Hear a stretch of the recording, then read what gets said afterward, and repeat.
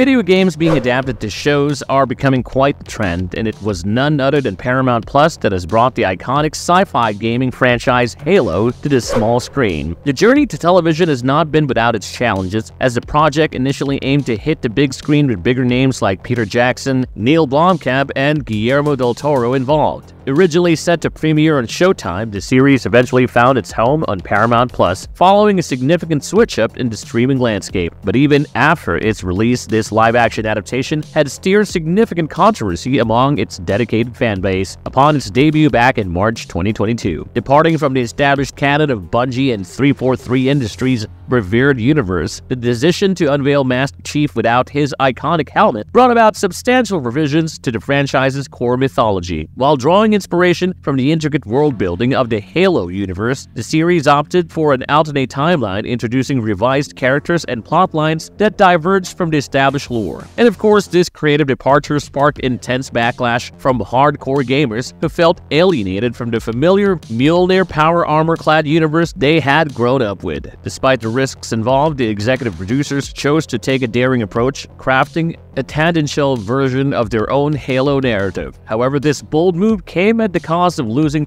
the loyalty of millions who cherished the original storyline, particularly the epic conflict between Spartan super soldiers and the Covenant aliens they grew up with. As the highly anticipated second season is set to release soon, I think it's about time we revisit the events of Season 1, which was filled with surprises and twists that kept us hooked. So without wasting another moment, let's get right into it. Before we go into our explanation, we have a very small request. If you like our content, please support us by subscribing to our channel. This is a small click for you, but for us, it means a lot. Thank you. Let's begin.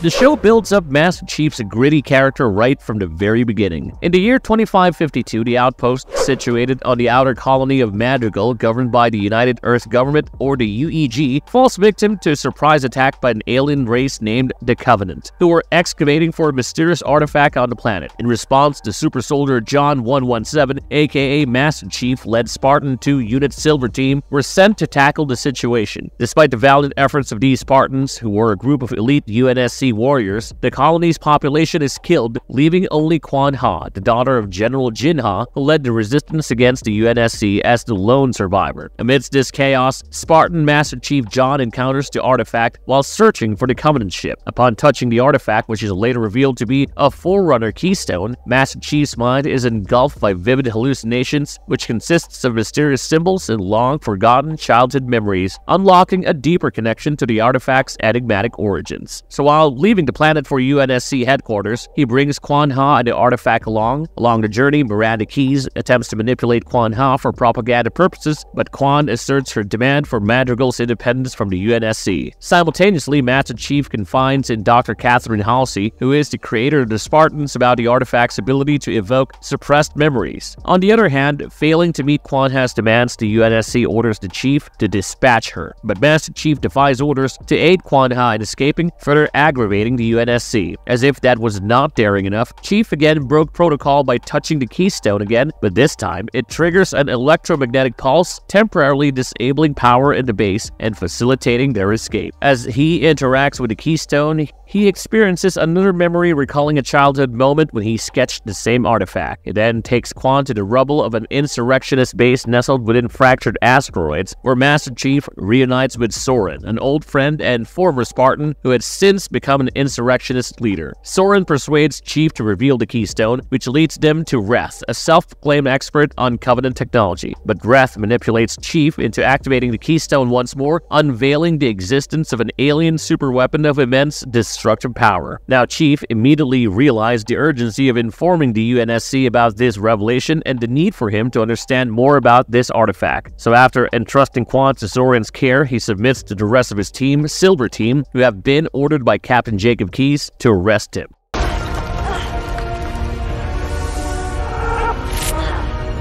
Master Chief finds the second keystone only to make more startling discoveries about his past. So after Chief surrendered to the Silver Team, UNSC scientist Dr. Catherine Halsey promises him a bright future. And while all of that was going on, the Covenant Holy City High Charity, which really is just a space station as big as an entire planet, an elite survivor from the battle on Madrigal reports to the Prophets truth, mercy, and regret about witnessing Master Chief activating the Forerunner relic. So, the Prophet's very own Reclaimer, who is actually a former prisoner of war and a human named Mackie, volunteers to retrieve the keystone herself. Mackie begins by infiltrating a UNSC ship, massacring its crew in her quest for the keystone's whereabouts. Meanwhile, after being pressurized by the UNSC, Dr. Halsey creates an AI construct named Cortana, which is practically based on herself, and then implants the AI into Master Chief's neural chip. With Cortana's assistance, Chief decides to remove his emotional regulator, allowing him to experience emotions more deeply. Now motivated by his newfound sense of aliveness, Chief interacts with the keystone once again, unlocking the memories of his parents and his childhood on the human-colonized Eridanus II. Convinced that a second keystone is located there, Chief and Halsey then leave to investigate Chief's childhood home on Eridanus II, where they uncover sketches he made as a child, all depicting Forerunner relics. Following this, Chief remembers a nearby cave he would visit back in the day, and after making it into this cave, they discover the second keystone. The UNSC then arrives to extract the artifact, intending to take it back for further testing, but the Chief is somehow naturally drawn to the relic and touches the keystone once more, unlocking new memories, including how Halsey kidnapped him as a child and replaced him with a clone before his parents could figure anything out. Naturally, he gets super enraged and attempts to attack Halsey, but Cortana seemingly disables him through their mental connection.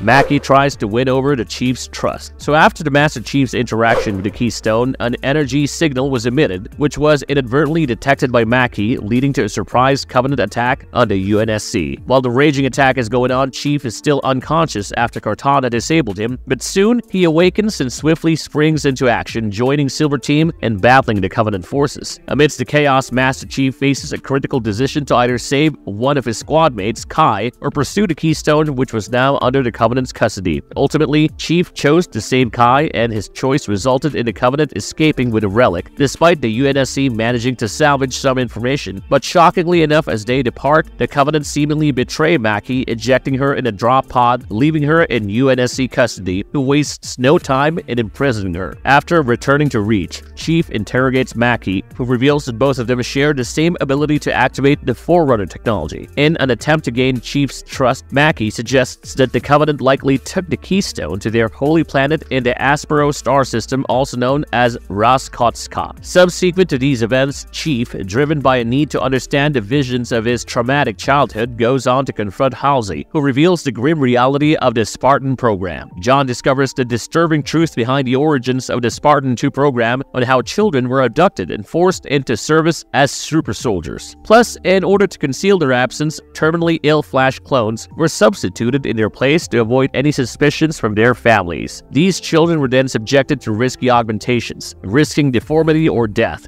to become super soldiers for the UNSC. After John, our Chief, processes this information, he goes on to share this harrowing revelation with Kai. Now, despite the evident toll of his numerous encounters with the Keystones, Chief activates the one on Madrigal once again. This time, he and Mackie experience a shared vision of a ring-shaped world, which they interpret as the alien superweapon known as the Halo, previously seen by the Chief in one of his visions. In the aftermath of this revelation, John considers the possibility of Mackie becoming a potential ally, particularly after she discloses the Covenant's pursuit of the prophecy that involves firing up the Halo rings to initiate their great journey, which would transcend them into godlike beings. Now, equipped with this newfound knowledge, Chief tries to persuade the UNSC leadership to allow Mackie to interact with the Keystone in order to help them locate the other relic taken by the Covenant from Eridanus II. As time goes by, the Chief's bond appears to grow stronger with Mackie, causing him to let his guard down around her. Apparently, even an infallible super soldier soldier like Master Chief, John, has a soft side, or else why would he even pay heed to Mackie, let alone form a physical and mental bond with her, given that her chances of being nothing more than a Covenant spy is higher than anyone else there. But we should give credit where it's due, because Mackie does start second-guessing her loyalty to the Covenant amidst all this. Meanwhile, Halsey pursues her own agenda, accessing Spartan protocols and manipulating Spartans Riz and Vanek to capture Chief and Mackie in order to seize the Keystone. But Cortana, defying her creator, warns Chief of the impending threat. On the other hand, after being alerted by transmissions from the UNSC ship targeted by Mackie, Dr. Miranda Keyes discovers Mackie's involvement in the deadly attack and arrests her. But somehow Mackie manages to break free, triggering a massive energy blast with a Keystone. In the aftermath, Chief and Mackie share another vision, bidding each other farewell. Upon regaining consciousness, Chief finds that unfortunately, Mackie has escaped Reach with the Forerunner relic.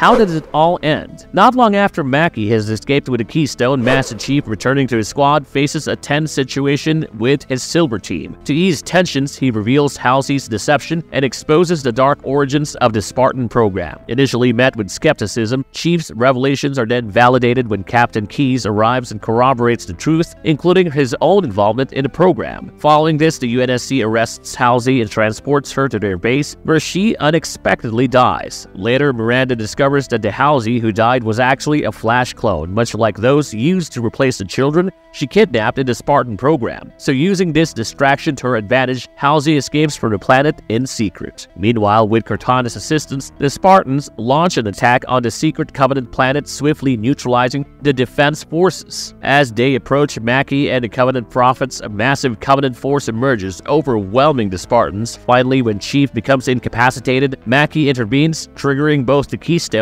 to emit a blast wave, saving Chief's life, but also revealing a Halo star map to the prophets, which would apparently lead them to their godlike status. However, Mackie's actions physically immobilize Chief as they traverse a Halo world in another vision. As the battle turns against them, Kai makes the difficult decision to shoot Mackie, freeing Chief from his immobilization. Realizing the slim chances of victory, a gravely wounded Chief then instructs Cortana to take control of his body, even if it comes at the cost of his memories. With no other recourse, Cortana assumes command, effectively shutting down Chief's personality and reverting him back to the stoic persona he embodied in the games. Together with the Silver Team, they manage to retrieve both Keystones and flee the planet. The season ends as they leave a concerned Kai questioning Chief's condition and asks if it was really him.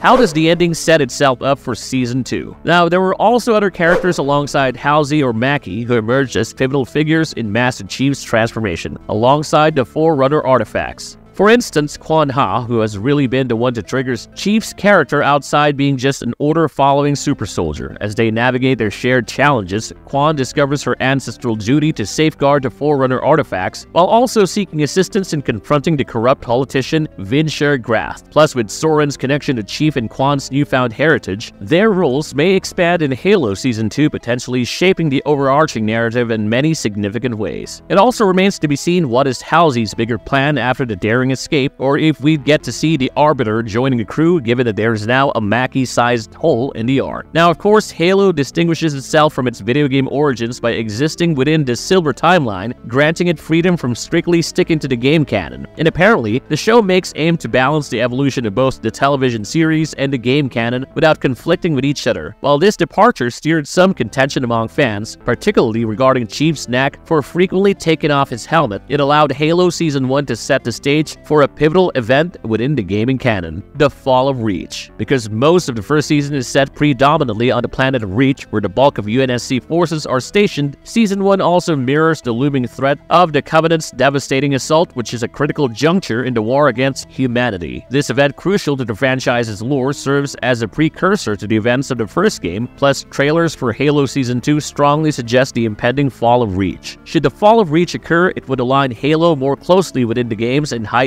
the narrative's stake significantly. I honestly think, from the looks of it, Season 2 will be a lot more intense, a lot darker, and much more dangerous. Plus, I'm super excited to know what happened after Chief and Cortana merged. How about you guys? What do you guys think? Let us know your thoughts in the comment box below.